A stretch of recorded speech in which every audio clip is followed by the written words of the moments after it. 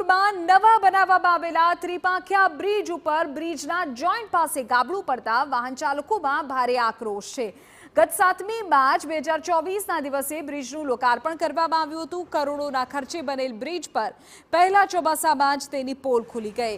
ભ્રષ્ટાચારી અધિકારીઓ અને કોન્ટ્રાક્ટરની બેદરકારીની પોલ ખોલી નાખી।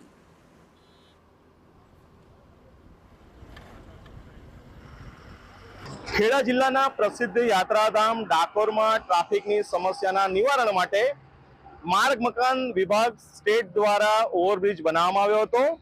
દ્રશ્યો બતાવવાનો પ્રયાસ કરીશ। 4 મહિના પહેલા માર્ચ મહિનામાં રાજ્યના મુખ્યપ્રધાન ભૂપેન્દ્રભાઈ પટેલના ઉપસ્થિતિમાં આ બ્રિજનું લોકાર્પણ થયું હતું। 70 કરોડના ખર્ચે બ્રિજ બનાવવામાં આવ્યો હતો, પરંતુ દ્રશ્યો બતાવીશ કે ગઈકાલે સાંજના સમયે આ બ્રિજમાં કેટલોક ભાગ તૂટી જવા પામ્યો છે। મહત્વની બાબત એ છે કે માર્ગ મકાન વિભાગ સ્ટેટ દ્વારા ગત રાત્રિએ જ કામ ચલાઉ રિપેરિંગ કરવામાં આવ્યું છે, પરંતુ પ્રશ્નો એ ઉપસ્થિત થઈ રહ્યા છે કે માત્ર 4 મહિનામાં બનાવેલો બ્રિજ કઈ રીતે તૂટે।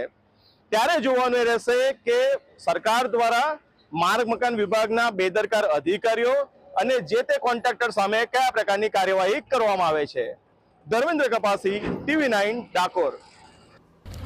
આ તરફ માર્ચમાં ઉદ્ઘાટન થયેલા બ્રિજમાં ગાબડા પડતા વાહન ચાલકોનું કહેવું છે કે 3 થી 4 મહિના પહેલા બનેલા બ્રિજમાં જો ગાબડા પડવાનું શરૂ થઈ જાય તો ચોક્કસથી આમાં કરોડોનો ભ્રષ્ટાચાર થયો છે। અને આ બ્રિજ ડાકોરને નડિયાદ, કપડવંજ અને આણંદને જોડતો આ બ્રિજ છે અને આ બ્રિજને હજુ બન્યા 4 મહિના થયા છે અને એ બ્રિજ આખો તૂટી ગયો છે।